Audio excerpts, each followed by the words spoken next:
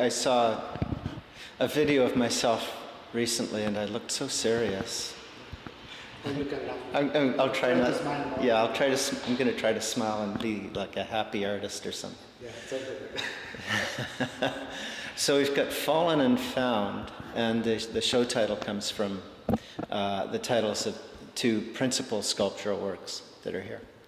And Fallen is, I guess that thematically I kind of like it because it's the idea that you fall down, your face is in the mud, and you find something kind of interesting.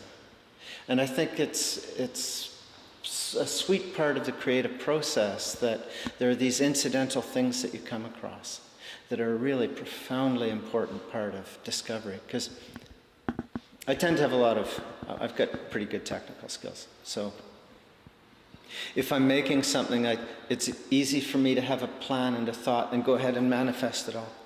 But if I'm doing that, then I only get to where I planned to go. And I don't know that that's always all that creative, because that's just like, I already knew I was going to be there. So how am I really finding any new ground? So it's really important for me to have kind of failures along the way. Things that, and I don't, failures, just things that don't work out. Little gaps, little falls and stumbles, and to be conscious of them and think about the things that I find along the way. Because those things are they're like the cracks in the whole fabric of everyday life. The little tears, I guess, in the whole fabric of everyday life that allow us to peek through and find new things.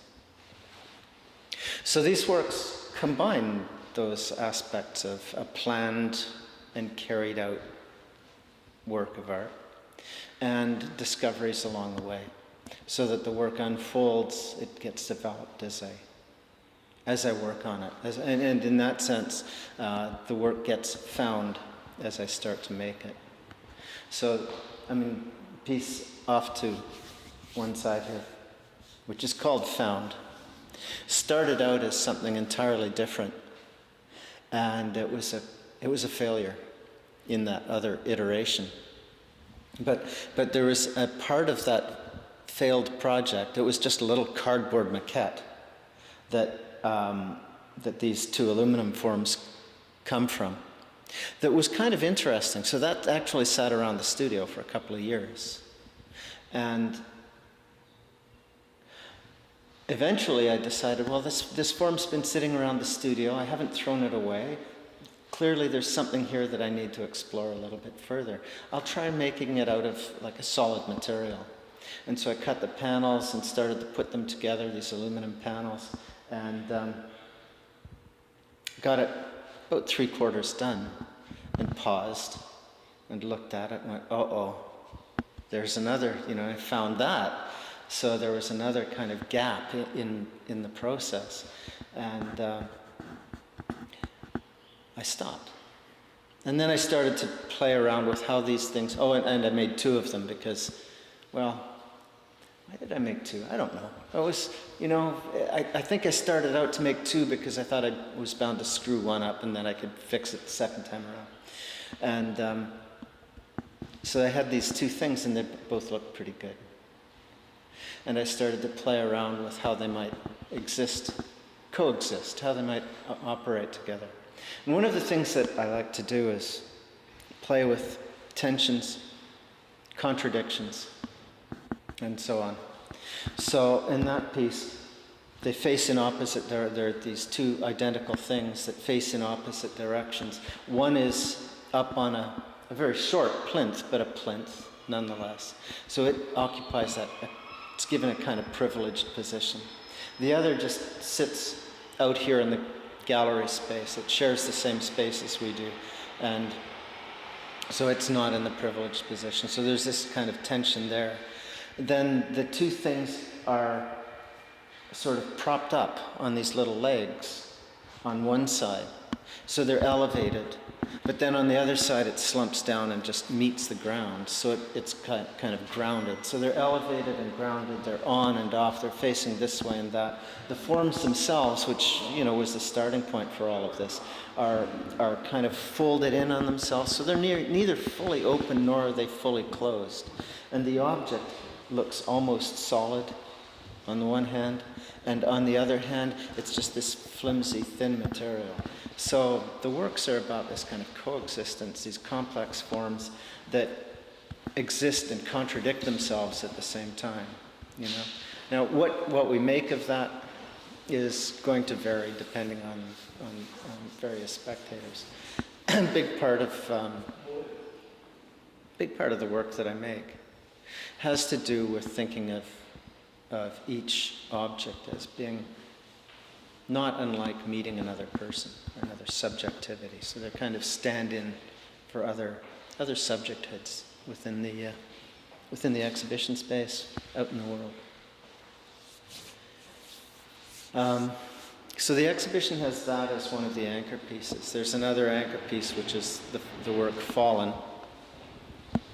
And then there are these group of smaller works that are made with those same principles, but each of them has a kind of different sort of little poem.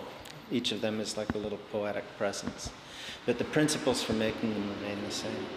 And I hope that when people see them, they have a chance to kind of enjoy the richness of it and to find the contradictions and the slightly troubled state of each of them, I like things that are beautiful and at the same time maybe a little disturbing or unsettling. And certainly Fallen, which is the other anchor piece, the other piece that the exhibition is titled after, has something of that. It's this 7-foot-long structure that is on the surface utterly shredded, and shredded sort of with these punctures coming from the inside out, bursting outward, and they burst out in all directions, so that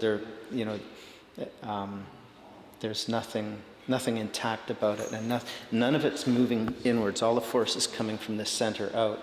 And then there is, though, a central beam that runs, or a spine, a column that runs down the middle of this structure. And here I was interested in, at least as a starting point, interested in this play between the beautiful and the horrific. So there's something about that surface that's really rich and luscious, and you want to touch it, but at the same time, it is a surface of shredded metal, and it's dangerous. It's disturbing that way. So that's Fallen. Yeah, that's what happens when you fall. You get hurt, I guess. There's one work here that's a little different from the others, and it employs the same notion of contrasts and differences. It's called Stack. It's a device for viewing photographs, and let's have a look at it. I was interested in the way that photographs, they're ubiquitous. They're all over the internet. They're all over our cameras and our telephones. Materially, there's not much, and we always look through them. You never really look at the photograph as an object. It's just this transparent, flimsy thing. And I wanted to make, and I've had photographs. I take photographs like everybody else. And I had some that I wanted to kind of make present. But I didn't want to just have them framed on the wall. So it became necessary to make this device for viewing photographs, which weighs, 150, 175 pounds.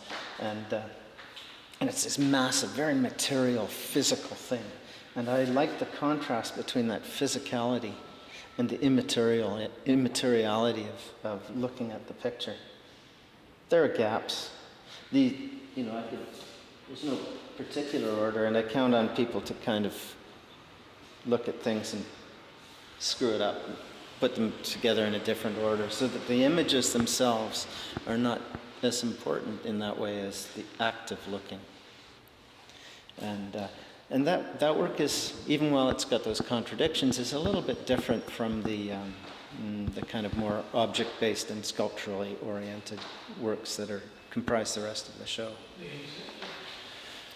Fallen and found, I'll keep falling. I hope to find something at the bottom.